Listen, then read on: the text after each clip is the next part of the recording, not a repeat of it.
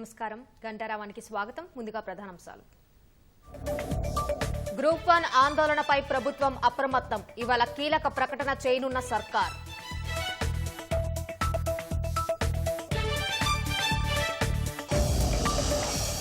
రాష్ట్రంలో రేపటి నుంచి గ్రూప్ 1 మెయిన్స్ పరీక్షలు. పకడ్బందీ భద్రతా ఏర్పాట్లు చేస్తున్న పోలీసులు.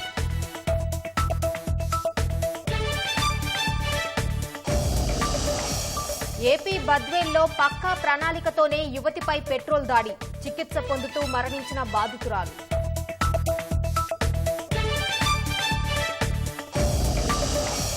మహారాష్ట్రలో 2 రోజుల్లో కొలిక్కి రానున్న సీట్ల పంపకాలు. నేటి నుంచి ప్రారంభం కానున్న నామినేషన్ల స్వీకరణ.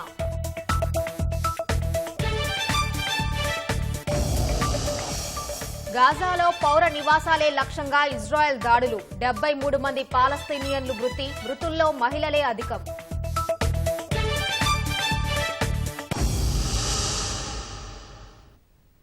గ్రూప్ 1 మెయిన్స్ పరీక్షలపై అభ్యర్థులు ప్రతిపక్షాలు వ్యక్తం చేస్తున్న అనుమానాలు అపోహలపై నేడు రాష్ట్ర ప్రభుత్వం స్పష్టత ఇవ్వాలని నిర్ణయించింది. నిన్న రాత్రి మంత్రుల నివాస ప్రాంగణంలో రవాణా శాఖ మంత్రి పొన్నం ఇంట్లో 3 గంటల పాటు సుదీర్ఘంగా చర్చించిన తర్వాత మంత్రులు ఈ నిర్ణయానికి వచ్చినట్లు తెలుస్తోంది. జీవో 29, జీవో 55లపై చర్చించిన మంత్రులు అభ్యర్థుల అనుమానాలను నివృత్తి చేయాలని అధికారులకు సూచించినట్లు సమాచారం. రాష్ట్ర గ్రూప్ 1 మెయిన్స్ పరీక్షలపై అభ్యర్థులు చేస్తున్న ఆందోళన వాదనలపై సర్కారు దృష్టి సారించింది. ప్రభుత్వం ఇచ్చిన జీవో 29 వల్ల నష్టం జరుగుతుందని, రిజర్వేషన్లు కోల్పోతామని కొందరు అభ్యర్థులు ఆందోళన వ్యక్తం చేశారు. ఇదే విషయమై గ్రూప్ 1 అభ్యర్థులు హైకోర్టును ఆశ్రయించినప్పటికీ ఊరట దక్కలేదు. తర్వాత సుప్రీంకోర్టును ఆశ్రయించిన అభ్యర్థులు న్యాయస్థానంలో తీర్పులు వెలువడే వరకు పరీక్షలను వాయిదా వేయాలని డిమాండ్ చేస్తున్నారు. ఇదే సమయంలో బీఆర్ఎస్, బీజేపీ నాయకులు వారికి మద్దతుగా నిలవడంతో ప్రభుత్వం ఈ విషయాన్ని తీవ్రంగా పరిగణించింది. పీసీసీ అధ్యక్షుడు మహేష్ కుమార్ గౌడ్ చొరవతో నిన్న సాయంత్రం నుంచి రాత్రి వరకు రవాణా శాఖ మంత్రి పొన్నం ప్రభాకర్ నివాసంలో గ్రూప్ 1 అభ్యర్థుల సమస్యలపై ప్రత్యేకంగా మంత్రులు, అధికారులు, న్యాయ నిపుణులు సమావేశమయ్యారు. ప్రధానంగా అభ్యర్థులు తెరపైకి తెస్తున్న జీవో 29, జీవో 55లపై మంత్రులు శ్రీధర్బాబు, పొన్నం ప్రభాకర్, కొండా సురేఖ, దామోదర రాజనరసింహ, టీజీపీఎస్సీ అధికారులు, న్యాయ నిపుణులు, వివిధ శాఖల అధికారులు సుదీర్ఘంగా చర్చించారు. అభ్యర్థులు ఆరోపిస్తున్నట్లు మెయిన్స్ పరీక్షలు నిర్వహిస్తే భవిష్యత్తులో న్యాయ సమస్యలేవైనా వస్తాయా అన్న కోణంలో పరిశీలన చేసినట్లు తెలుస్తోంది. ప్రతిపక్షాలు లేవనెత్తుతున్న అంశాలతో పాటు అభ్యర్థులు వ్యక్తం చేస్తున్న అనుమానాలను దృష్టిలో ఉంచుకుని లోతైన చర్చ జరిగింది. ఈ చర్చలకు సంబంధించిన పూర్తి సారాంశాన్ని గ్రూప్ 1 అభ్యర్థుల అనుమానాలు, అపోహలను నివృత్తి చేసేలా రాష్ట్ర ప్రభుత్వం స్పష్టత ఇవ్వనుందని పార్టీ వర్గాలు వెల్లడించాయి. ఇవాళ మీడియా ముందుకు వచ్చి మంత్రులు చెప్పడం లేదా స్పష్టమైన ప్రకటన చేయాలని ప్రభుత్వం యోచిస్తున్నట్లు సమాచారం. ప్రతిపక్షాల ఉచ్చులో పడి ఆందోళనలు చేస్తూ గ్రూప్ 1 అభ్యర్థులు బంగారం లాంటి అవకాశాన్ని చేజార్చుకోవద్దని ముఖ్యమంత్రి రేవంత్ రెడ్డి సూచించారు. ఎస్సీ, ఎస్టీ, బీసీ పకడ్బందీగా రిజర్వేషన్లు అమలు చేసేందుకు జీవో 29 తీసుకువచ్చామని స్పష్టం చేశారు. ప్రగతి భవన్ గేటు లోపలికి కూడా రానివ్వని నేతలు ఇప్పుడు నిరసనల పేరుతో కొంగజపం చేస్తున్నారని విమర్శించారు. నిరుద్యోగుల జీవితాలతో చెలగాటమాడి తమ రాజకీయ భవిష్యత్తును నిర్మించుకోవాలనుకుంటున్నారని ఆరోపించారు. జీవో 29 అంటే రిజర్వేషన్లకు కానీ ఖాళీల భర్తీల విషయంలో ఒక పోస్టు ఖాళీగా ఉంటే 1:50 పిలవాలని ఆ రోజే నిర్ణయించినము. వితండవాదానికి ఎత్తుకున్నారు కొన్ని రాజకీయ పార్టీలు. ఇప్పుడు 1:50 కాదు, మీరు 1:100 పిలవాలి. ఎక్కువ మందికి అవకాశాలు వస్తాయి మెయిన్స్లో పాల్గొనడానికని. నిరుద్యోగ యువకులను నేను అడుగుతున్నా, ఒక్కసారి నోటిఫికేషన్ ఇచ్చిన నిబంధనలను మధ్యంతరంగా మారుస్తే కోర్టులు ఊరుకుంటాయా?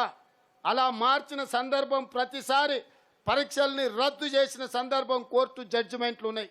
జీవో 55 గత ప్రభుత్వం ఇస్తే 1:50 ప్రకారం మెరిట్ లిస్టులో డైరెక్ట్గా 1:50 నుంచి కట్ చేసి వాళ్ళని పిలిచేవాళ్ళు. దాంతో ఎస్సీ, ఎస్టీ, ఓబీసీ రిజర్వేషన్లకు సంబంధించిన విద్యార్థులకు అందులో అన్యాయం జరిగేది.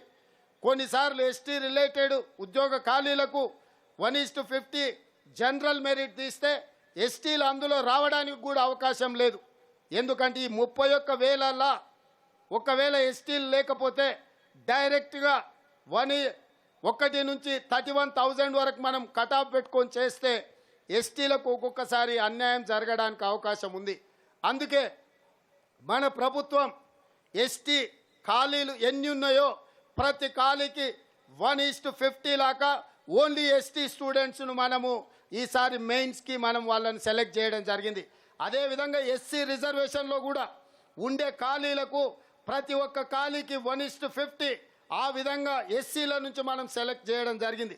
అదేవిధంగా బీసీలను కూడా సెలెక్ట్ చేయడం జరిగింది.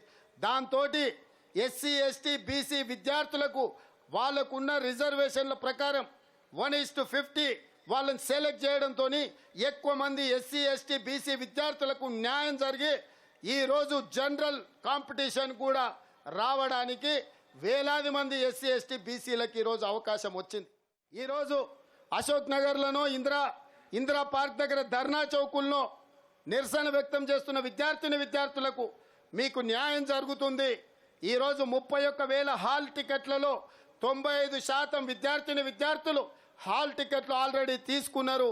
వాళ్ళు పరీక్షలకు తయారవుతున్నారు.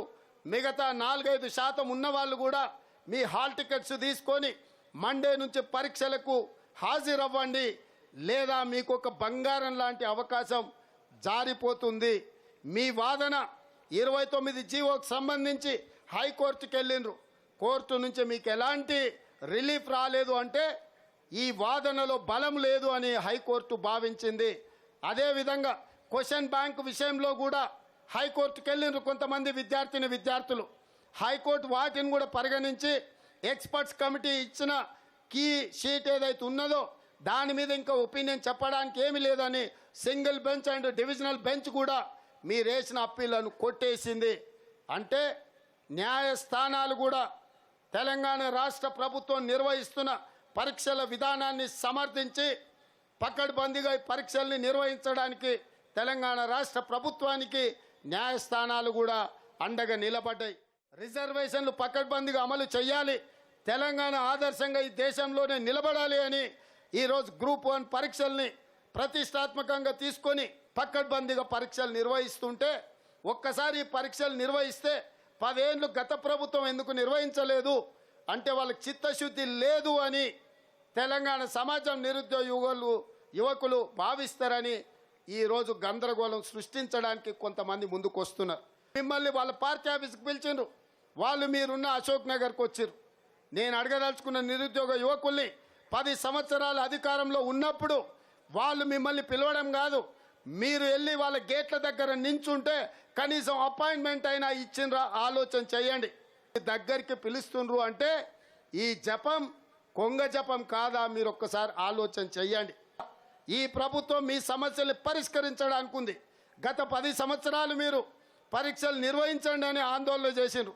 ఇవాళ మీ అన్నగా నేను పరీక్షలు నిర్వహిస్తుంటే వద్దని ఆందోళన చేస్తున్నారు. ఒక్కసారి ఆలోచన చేయండి. ఈ పరీక్షలు నిర్వహించడం ద్వారా నాకేమైనా ఉద్యోగం వచ్చేది ఉందా, లేదా నా కుటుంబానికి ఏమైనా లాభం చేకూరేది ఉందా? గ్రూప్ 1 అభ్యర్థుల గోడు పట్టించుకోకుండా కాంగ్రెస్ ప్రభుత్వం నిరంకుశంగా వ్యవహరిస్తోందని బీఆర్ఎస్ బీజేపీ విమర్శించింది. జీవో 29 వల్ల రాజ్యాంగం ప్రకారం దక్కాల్సిన రిజర్వేషన్లలో కోత పడుతుందని కేటీఆర్ హరీష్ రావు ఆరోపించారు. రిజర్వేషన్లు కొనసాగిస్తారా లేక ఎత్తివేస్తారా అనే విషయంపై సీఎం రేవంత్ రెడ్డి స్పష్టతనివ్వాలని కేంద్ర మంత్రి బండి సంజయ్ డిమాండ్ చేశారు. గ్రూప్ 1 అభ్యర్థులకు మద్దతుగా విపక్ష పార్టీలు విమర్శల వాడిని పెంచాయి. జీవో నంబర్ 55ను రద్దు చేసిన ముఖ్యమంత్రి రాజ్యాంగ స్ఫూర్తికి తూట్లు పొడిచారని మాజీ మంత్రి హరీష్ రావు ఆరోపించారు. కొత్తగా తెచ్చిన జీవో 29 వల్ల ఎస్సీ, ఎస్టీ, బీసీ వర్గాల రిజర్వేషన్లలో తీవ్ర అన్యాయం జరుగుతుందన్నారు. తమ గోడు వినాలంటూ ఆందోళన చేస్తున్న గ్రూప్ 1 అభ్యర్థులను సీఎం రేవంత్ రెడ్డి కనీసం పట్టించుకోలేదని బీఆర్ఎస్ కార్యనిర్వాహక అధ్యక్షుడు కేటీఆర్ విమర్శించారు. జీవో నంబర్ 29 వల్ల ఎస్సీ, ఎస్టీ, బీసీ అదేవిధంగా ఈడబ్ల్యూఎస్ సెక్షన్స్ కి సంబంధించిన అభ్యర్థులు భారీగా నష్టపోతున్నారని చెప్పి వారు ఆందోళన చేస్తూ ఉంటే, అదేవిధంగా కేసీఆర్ గారి ప్రభుత్వంలో తీసుకొచ్చిన 95% లోకల్ రిజర్వేషన్ కూడా తుంగలో దొక్కుతున్నారు. ఈరోజు ఎక్కువ మంది నాన్ లోకల్ అభ్యర్థులకు అవకాశం ఇచ్చే ప్రయత్నం ఈ ప్రభుత్వం చేస్తున్నది అంటూ ఆందోళన వ్యక్తం చేస్తూ, నిజంగా కూడా చాలా చాలా దారుణం. కనీసం చర్చలకు పిలవకుండా, కనీసం చీఫ్ సెక్రటరీనో చీఫ్ మినిస్టరో చర్చలకు పిలిచి పబ్లిక్ సర్వీస్ కమిషన్ చైర్మనో ఏ కారణం చేత మేము మొండిగా ఉన్నాము, ఏ కారణం చేత మేము పరీక్షను వాయిదా వేసుకోవడానికి సిద్ధంగా లేము అని చెప్పకుండా ఈ రకమైన ప్రవర్తన ఏదైతే ఉందో ఇది బాధ్యతారాహిత్యం, ఇది శోచనీయం, ఇది దారుణం అనే మాటకు నేను విజ్ఞప్తి చేస్తా ఉన్నాను. ఇలా రేవంత్ రెడ్డి యొక్క నిర్ణయం వల్ల ఎస్సీలకు, ఎస్టీలకు, బీసీలకు, ముస్లిం మైనార్టీలకు, ఈబీసీలకు ఇలా తీవ్రమైనటువంటి అన్యాయం జరుగుతూ ఉంది. అంటే టాప్ మార్కులు వచ్చిన రిజర్వేషన్ను పరిగణించడంతో మరో రిజర్వ్డ్ అభ్యర్థికి అవకాశం లేకుండా పోయింది. 100 ఉద్యోగాల్లో ఫస్ట్ ర్యాంక్ ఒక బీసీకి వచ్చింది అనుకోండి, ఆయన మెరిట్లో పోయినట్టు కదా. నీకు ఫస్ట్ ర్యాంక్ వచ్చినా నువ్వు బీసీ కోటాల నీ లెక్కల దాని కౌంట్లకు తేవడం వల్ల మరో బీసీకి అన్యాయం జరుగుతూ ఉంది. ఎందుకు నువ్వు ఇవాళ జీవో 55ని రద్దు చేసినావు? ఈ జీవో 29 వల్ల ఇలా రాజ్యాంగం ఖూనీ అవుతుంది. రాజ్యాంగం ప్రకారంగా తమ హక్కుగా రావాల్సిన విద్యా ఉద్యోగాల్లో ఈ విద్యార్థులకు అన్యాయం జరగకుండా చూడండి. జీవో నంబర్ 29తో రిజర్వేషన్లు ఎత్తివేసే కుట్రకు కాంగ్రెస్ సర్కార్ తెరలేపిందని కేంద్ర మంత్రి బండి సంజయ్ ఆరోపించారు. వారం 10 రోజుల నుంచి ఆందోళనలు జరుగుతున్నాయని, ఇప్పుడు పరీక్షలు రాయలేని పరిస్థితులు నెలకొన్నాయన్నారు. మొండి పట్టుదలకు పోకుండా ప్రభుత్వం పరీక్షలను రీషెడ్యూల్ చేయాలని బండి సంజయ్ డిమాండ్ చేశారు. తెలంగాణ రాష్ట్రంలో మాత్రం కాంగ్రెస్ పార్టీ ప్రభుత్వం రిజర్వేషన్లను రద్దు చేయడానికి కుట్ర చేస్తుండడం నిజంగా ఇంతకంటే దుర్మార్గం, ఇంతకంటే మూర్ఖత్వం ఇంకోటి కాదు. దానిలో భాగంగా ముందస్తుగానే ఈరోజు జీవో 29 తీసుకొచ్చిన విషయం వాస్తవం. కూడా వాళ్ళ భయంలో వాస్తవం ఉంది. కానీ కాంగ్రెస్ పార్టీ ప్రభుత్వం స్పష్టం చేయాలి, మీరు తెలంగాణ రాష్ట్రంలో రిజర్వేషన్లు ఉంచుతారా, రద్దు చేస్తారా? దాని మీద కాంగ్రెస్ పార్టీ ప్రభుత్వం, రాష్ట్ర ముఖ్యమంత్రి గారు స్పష్టమైన వైఖరిని ప్రకటించాల్సిన అవసరం ఉంది. గ్రూప్ 1 పరీక్షను రద్దు చేయాలని ఎవ్వరు కోరుకుంటలేరు. ఎందుకంటే అసలు ప్రభుత్వం లోపల నిక్కచ్చిగా నిజాయితీగా నిర్వహించాలని చెప్పి ఆలోచన లేదా ప్రభుత్వానికి లేదు. గత బీఆర్ఎస్ పార్టీ ప్రభుత్వం ఇదే చేసింది. ఇలా కాంగ్రెస్ పార్టీ కూడా కావాలనే జీవో 29 తీసుకొచ్చి ఎగ్జామ్ నిర్వహించకుండా ఉండేటువంటి కుట్రలో భాగమే ఈ ప్రయత్నం, కాంగ్రెస్ పార్టీ ప్రభుత్వం యొక్క ప్రయత్నం. గ్రూప్ 1 ప్రధాన పరీక్షలకు టీజీపీఎస్సీ ఏర్పాట్లు చేస్తోంది. గ్రేటర్ హైదరాబాద్ పరిధిలో పరీక్షా కేంద్రాలు ఏర్పాటు చేశారు. అభ్యర్థులందరి బయోమెట్రిక్ తీసుకోనుండగా కేంద్రాల వద్ద సీసీటీవీ కెమెరాలు ఏర్పాటు చేశారు. ప్రశ్నాపత్రం తరలించే వాహనానికి తొలిసారిగా జీపీఎస్ వినియోగించనున్నారు. పరీక్ష వాయిదా కోసం ఆందోళనలు జరుగుతున్న నేపథ్యంలో గట్టి భద్రతా చర్యలు చేపడుతున్నారు. రాష్ట్రంలో ఈ నెల 21 నుంచి 27 వరకు గ్రూప్ 1 ప్రధాన పరీక్షలు జరగనున్నాయి. గ్రేటర్ హైదరాబాద్ పరిధిలో 46 పరీక్షా కేంద్రాల్లో 31,383 మంది హాజరు కానున్నారు. హైదరాబాద్లో 8, రంగారెడ్డిలో 11, మేడ్చల్ జిల్లాలో 27 కేంద్రాలను ఏర్పాటు చేసింది. అభ్యర్థుల బయోమెట్రిక్ హాజరు తీసుకునేందుకు టీజీపీఎస్సీ ప్రత్యేకంగా సిబ్బందిని నియమిస్తోంది. పరీక్ష గది, చీఫ్ సూపరింటెండెంట్, పరిసర ప్రాంతాల్లో సీసీటీవీ కెమెరాలు ఏర్పాటు చేసి పరిస్థితులను సమీక్షించనుంది. ఈ నెల 21 నుంచి 27 వరకు మధ్యాహ్నం 2 నుంచి సాయంత్రం 5 గంటల వరకు పరీక్షలు జరగనున్నాయి. గ్రూప్ 1 మెయిన్స్ పరీక్షలకు నగర పోలీసులు పగడ్బందీ భద్రతా ఏర్పాట్లు చేస్తున్నారు. పరీక్షలు వాయిదా వేయాలంటూ అభ్యర్థుల ఆందోళనలు తారాస్థాయికి చేరడంతో ప్రశ్నాపత్రాలు తరలింపు, పరీక్ష నిర్వహణ, తిరిగి జవాబు పత్రాలు తీసుకెళ్లడం వరకు ఎలాంటి ఆటంకం లేకుండా గట్టి పోలీసు బందోబస్తు కల్పించాలని నిర్ణయించారు. ప్రతి కేంద్రం వద్ద ఒక ఎస్ఐతో పాటు 5 కానిస్టేబుళ్లు, 1 మహిళా కానిస్టేబుల్ విధుల్లో ఉంటారు. అదనంగా ఒక పోలీసు ఫ్లయింగ్ స్క్వాడ్ పరీక్షా కేంద్రాలను తరచూ సందర్శిస్తుంది. స్థానిక ఇన్స్పెక్టర్, ఏసీపీ పరీక్షా కేంద్రాలను సందర్శించి ఎప్పటికప్పుడు పరిస్థితిని అంచనా వేస్తూ ఉంటారు. భద్రతాపరమైన ఏర్పాట్ల పర్యవేక్షణకు 3 కమిషనరేట్లలో ఒక్కో డీసీపీని నోడల్ అధికారిగా నియమించారు. ప్రశ్నాపత్రాలు, జవాబు తరలించే వాహనాలకు టీజీపీఎస్సీ తొలిసారిగా జీపీఎస్ ట్రాకింగ్ వ్యవస్థ ఉపయోగిస్తోంది. స్ట్రాంగ్ రూముల నుంచి పరీక్షా కేంద్రానికి తరలించే వాహనాలకు జీపీఎస్ అమర్చి టీజీపీఎస్సీ ప్రధాన కార్యాలయం నుంచి పర్యవేక్షిస్తారు. వాహనం 1 నిమిషం ఆగినా వెంటనే గుర్తించి అప్రమత్తం చేసేలా ఏర్పాట్లు చేశారు. గ్రూప్ 1 పరీక్షా కేంద్రాలకు 100 మీటర్ల పరిధిలో జెరాక్స్, ఇంటర్నెట్ దుకాణాలు మూసివేయాలని పోలీసులు ఆదేశాలిచ్చారు. వాచీలు, క్యాలిక్యులేటర్లు, పేజర్లు, సెల్ఫోన్లు, పెన్ డ్రైవ్, బ్లూటూత్ తదితర ఎలక్ట్రానిక్ ఉపకరణాలకు అనుమతి లేదు. మంగళసూత్రం, గాజులు మినహా ఆభరణాలను తేనివ్వరు. రాష్ట్రంలో ఏర్పాటు చేయనున్న 4th సిటీలో గోల్ఫ్ సిటీ ఏర్పాటుకు professional golfers association for America PGA స్థానిక భాగస్వామి స్టోన్ క్రాఫ్ట్తో కలిసి ముందుకొచ్చింది. హైదరాబాద్ సచివాలయంలో పీజీఏ స్టోన్ క్రాఫ్ట్ ప్రతినిధులు పరిశ్రమల శాఖ మంత్రి శ్రీధర్ బాబుతో సమావేశమయ్యారు. ప్రభుత్వం సహకరిస్తే గోల్ఫ్ కోర్సులు, నివాస సముదాయాలు, హోటళ్లు, వినోద పరిశ్రమల ఏర్పాటుకు సిద్ధంగా ఉన్నట్లు తెలిపారు. ప్రస్తుతం ముంబైలో షాపూర్జీ పల్లోంజీ సంస్థతో కలిసి గోల్ఫ్ సిటీ నిర్మిస్తున్నట్లు పీజీఏ ప్రతినిధులు వివరించారు. సీఎం రేవంత్ రెడ్డి రెడ్డి మానసపుత్రిక 4th సిటీలో ఎలాంటి కాలుష్యం వెలువడని నెట్ జీరో సిటీని నిర్మిస్తుందని మంత్రి శ్రీధర్ బాబు వారికి తెలిపారు. 200 ఎకరాల్లో గోల్ఫ్ కోర్సు ఏర్పాటుకు పీజీఏ కన్సార్టియం ముందుకొచ్చిందని మంత్రి చెప్పారు. నిర్మాణం పూర్తయితే సుమారు 10,000 మందికి ఉపాధి లభిస్తుందని వెల్లడించారు. దాదాపు 30,000 మందికి పైగా గోల్ఫ్ నిపుణులతో కూడిన పీజీఏ ఛాంపియన్షిప్లు, రైడర్ కప్ వంటి టోర్నీలతో 100 ఏళ్లుగా గోల్ఫ్ అభివృద్ధికి కృషి చేస్తోందని శ్రీధర్ బాబు తెలిపారు. స్థానిక సంస్థల్లో రిజర్వేషన్లపై బీసీ మేధావులతో రాష్ట్ర బీసీ కమిషన్ సమావేశమైంది. సర్వ డేటా ప్రాతిపదికనే రిజర్వేషన్ల శాతం ఖరారు చేయాలని బీసీ మేధావులు సూచించారు. జనాభాకు అనుగుణంగా బీసీ రిజర్వేషన్లను నిర్ధారించడంతో పాటు కోర్టు వివాదాలు తలెత్తకుండా తగు జాగ్రత్తలు తీసుకోవాలన్నారు. కుల సర్వే, సమాచార సేకరణ ప్రశ్నాపత్రం, ఎమ్యూనరేషన్లు వంటి ఇతర సందర్శన షెడ్యూళ్లు తదితర అంశాలపై విస్తృత ప్రచారం చేసి ప్రజల్లో అవగాహన కల్పించాలని సూచించారు. మేధావుల సూచనలను పరిగణలోకి తీసుకుని ముందుకు వెళ్తామని రాష్ట్ర BC commission chairman G Niranjan హామీ ఇచ్చారు. హైదరాబాద్లో ప్రధాన రహదారులపై వరద నీరు నిలిచే ప్రాంతాలపై హైడ్రా దృష్టి సారించింది.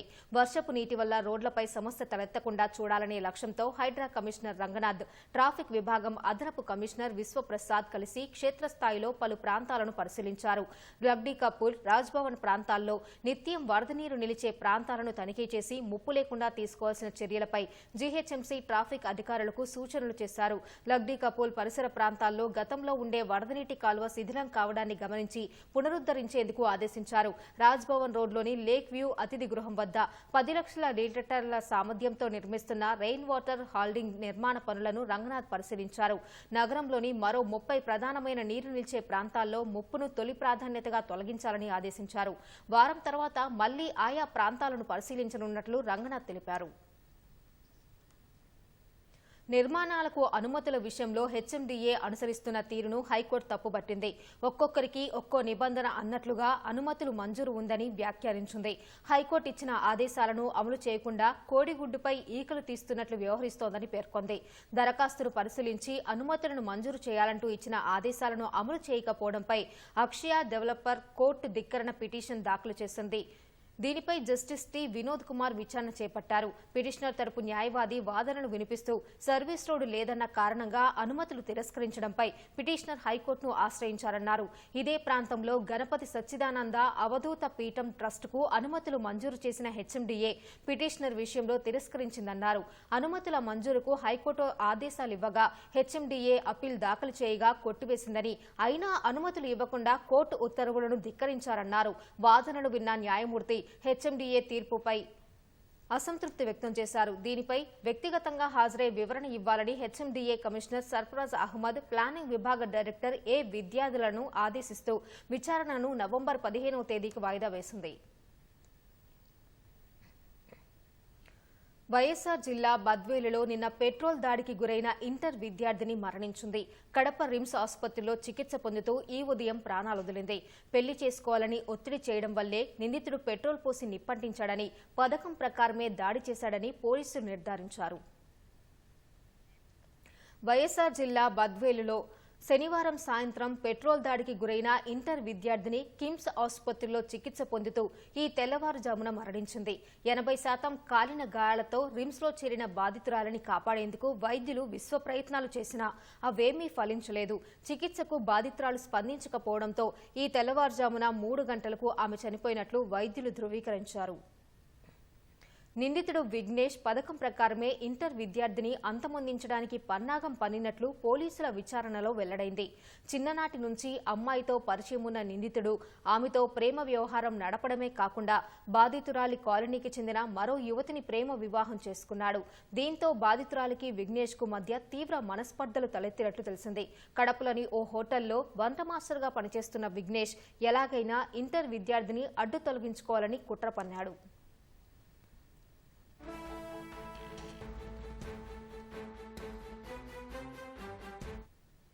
శనివారం తనను కలవాలని ఇంటర్ విద్యార్థినికి ఫోన్ చేసిన నిందితుడు రాకుంటే ఆత్మహత్య చేసుకుంటారని బెదిరించాడు. దీంతో ఆమె కళాశాల నుంచి ఓ ఆటో ఎక్కిరాగా మార్గ మధ్యలో అదే ఆటోలో విఘ్నేష్ ఎక్కాడు. ఇద్దరూ కలిసి సెంచరీ ప్లైవుడ్ పరిశ్రమ సమీపంలో ఉన్న రహదారి నుంచి దాదాపు 2 కిలోమీటర్ల లోపలికి ముళ్లపొదల్లోకి వెళ్లారు. విఘ్నేష్ ముందుగానే పెట్రోల్ ప్యాకెట్ తన వద్ద పెట్టుకుని ఆమెను హత్య చేయడం కోసమే వెళ్లినట్లు పోలీసులు చెప్పారు. ముళ్లపొదల్లోకి తీసుకెళ్లిన తర్వాత అమ్మాయితో వాగ్వాదానికి దిగి ఆమెపై దాడి చేసి పెట్రోల్ ప్యాకెట్ ఆమె పైకి చల్లి నిప్పు అంటించినట్లు పోలీసులు తెలిపారు. వీళ్ళిద్దరు కూడా చిన్నప్పటి నుంచి పరిచయం ఉంది.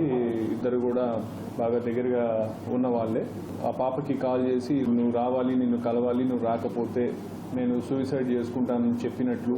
సో ఆ పాప అతన్ని కలవటానికి అని చెప్పి ఒక ఆటోలో ఇక్కడ నుంచి బీజేఆర్ఎస్ కాలేజ్ నుంచి ఆ పాప ఆటోలో ఎక్కి వెళ్ళి అతను కూడా పాలిటెక్నిక్ కాలేజ్ దగ్గర తను కూడా ఆటోలో ఎక్కి వెళ్ళిన తర్వాత ఆ పాప మనకు తెలిసేటప్పటికి ఆ పాప ఒంటి నిండా కాలిన గాయాలతోటి రావటం, అక్కడున్న పబ్లిక్ అందరూ కూడా దాన్ని చూసి మనకి ఇన్ఫార్మ్ చేసి ఇమీడియట్గా మా ఎస్ఐ గారు వెళ్ళి ఆ పాపని ఇమీడియట్గా ఇక్కడ ఫస్ట్ ఎయిడ్ చేయించి హాస్పిటల్ షిఫ్ట్ చేయించడం జరిగింది. ప్రధాని నెతన్యాహు ఇల్లే లక్ష్యంగా డ్రోన్ దాడి జరిగిన నేపథ్యంలో గాజా పౌరులపై ఇజ్రాయెల్ తీవ్రంగా విరుచుకుపడింది. ఉత్తర గాజాలోని బీట్ లాహియా పట్టణంపై జరిపిన ఐడీఎఫ్ వైమానిక దాడుల్లో దాదాపు 73 మంది పాలస్తీనియన్లు మృతి చెందారు. మృతుల్లో అనేక మంది మహిళలు, చిన్నారులే ఉన్నారు.